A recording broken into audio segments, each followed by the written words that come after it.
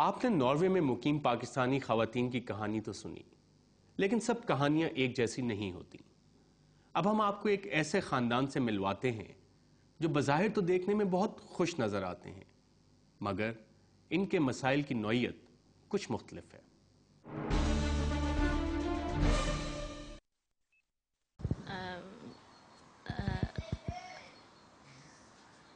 Norway سے آپ بہت شرارتی ہو۔ آپ کہاں سے ہو؟ ناروے سے۔ ناروے زیادہ اچھا ہے یا پاکستان چکر لگایا آپ نے کبھی دیکھا ہے؟ دونوں۔ پاکستان گئے ہو آپ؟ کب گئے تھے آخری دفعہ؟ یاد نہیں۔ آپ کب گئے تھے؟ پاکستان کب گئے تھے آخری دفعہ؟ ونٹر میں گئے تھے۔ کس کے پاس گئے تھے؟ ہمارے دادا جان کے پاس گئے تھے۔ دادا جان کدھر ہوتے ہیں؟ کھاریا۔ کیا کرتے ہیں دادا جان؟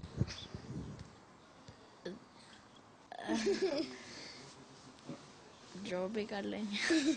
Of course you got the question, where are you from? And I could say I was from Pakistan, but when they get the question, they get a bit confused because Arman somebody asked him, where are you from? He said, I'm half Norwegian, half Pakistani. That's what you said. And Sean was, you remember when somebody asked you, where are you from? So I think identity is it's like, it remains changing. It's not constant. 9/11 کے بعد discrimination بڑھی ہے؟ یہاں پہ Norway میں اتنی زیادہ نہیں، تھوڑا سا فیل ہوا تھا تب، بس اس کے بعد نارمل لائف۔ یہاں بھی مسلم کمیونٹی ہے، وہ کیسے انٹریکٹ کرتی ہے آپس میں؟ کیونکہ کچھ خبریں آ رہی تھیں کہ یہاں بھی آئیڈینٹی کے ایشوز کافی زیادہ ہوئے ہیں، ڈسکریمنیشن کے ہوئے ہیں، and some of the militant Muslim groups are also organizing here. Organize کر رہے تھے بٹ نہیں اتنے زیادہ نہیں۔ تو ملاقاتیں کہاں پہ ہوتی ہیں؟ انٹریکٹ کیسے کرتی ہے کمیونٹی؟ کمیونٹی زیادہ تر ملتی ہیں اپنا ماسک میں، مسجدوں میں، یا ان کے کوئی کلبز وغیرہ بنے ہوئے ہیں وہاں پہ۔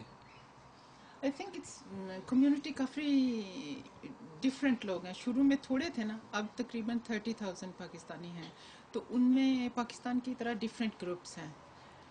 ایج کا فرق ہے، جو پینشنسٹ ہیں وہ کہیں اور ملتے ہیں، جو بہت مذہبی ہیں وہ مذہبی جماعتوں میں ملتے ہیں، جو درمیانے ہیں جن کے بچے ہیں وہ بچوں والوں سے ملتے ہیں، جو ینگ ہیں وہ ظاہر ہے ڈاؤن ٹاؤن اپنے کلبز میں ملتے ہیں۔ تو وہ اتنا زیادہ گروپ اتنا ہو گیا وہ، اور ناروے چھوٹا ملک ہے کمپیریٹیولی لائک انگلینڈ اینڈ امریکہ۔ تو مسلمانوں نے شروع میں ظاہر ہے ڈسکرمنیشن تو اوبویسلی ہر جگہ پہ ہوتی ہے، ہر قسم کی ہوتی ہے، لیکن یہ ہے کہ کیونکہ ناروے چھوٹا ملک ہے، یہاں پہ ہم بہت ڈائیورسٹی ہے ہمارے گروپ میں۔ ناروے کی آئیڈینٹی چینج کس طرح سے ہو رہی ہے؟ اس میں مسلمس کے بارے میں کیا پروجیکشن ہے over the next 20 years and 30 years، اور اس کے لیے کیا پالیسیز بن رہی ہیں؟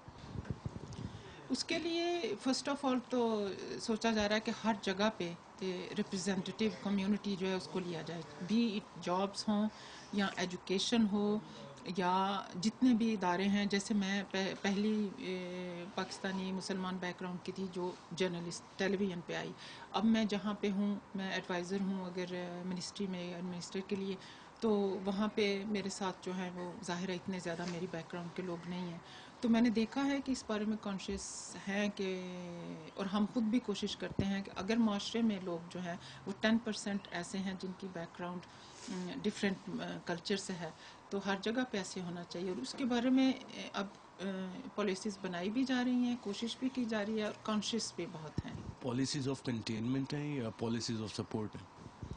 It depends, containment and support it's more like اگر آپ کسی کو ایکول بیسس پہ دیکھتے ہیں نا کہ آپ بھی شہری ہیں، آپ بھی اس معاشرے کے شہری ہیں، کوئی براؤن ہے، کوئی بلیک ہے، کوئی کسی کا بیک گراؤنڈ اسلام سے ہے، کسی کا اتنے کسی بھی مذہب سے نہیں ہے، ڈفرینٹ ہیں، تو اس سب کمیونٹی نے فنکشن اس وقت کرنا ہے اگر آپ ان سب کو وہ مل کے لکھیں گے، ایک جگہ پہ کام کریں گے، یا آپ وہ سمجھیں گے کہ ہماری اپروچ ہے۔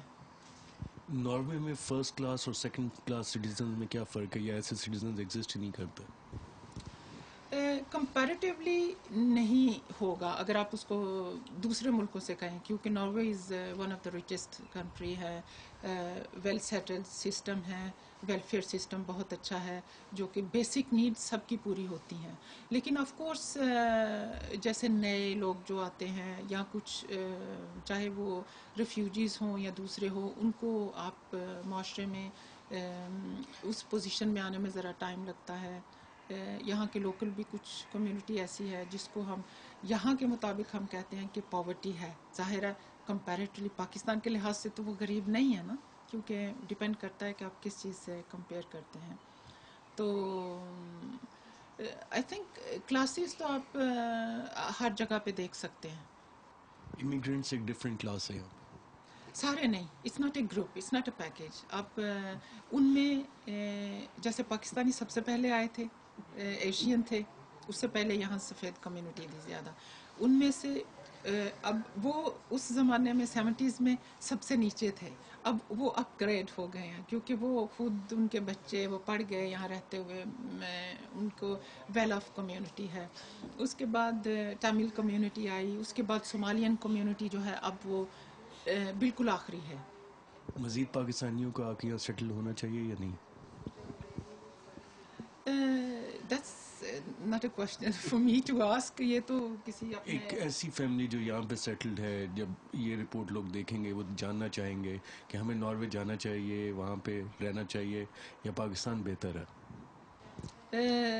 میرے خیال میں آپ کی سچویشن پہ ڈیپینڈ کرتا ہے.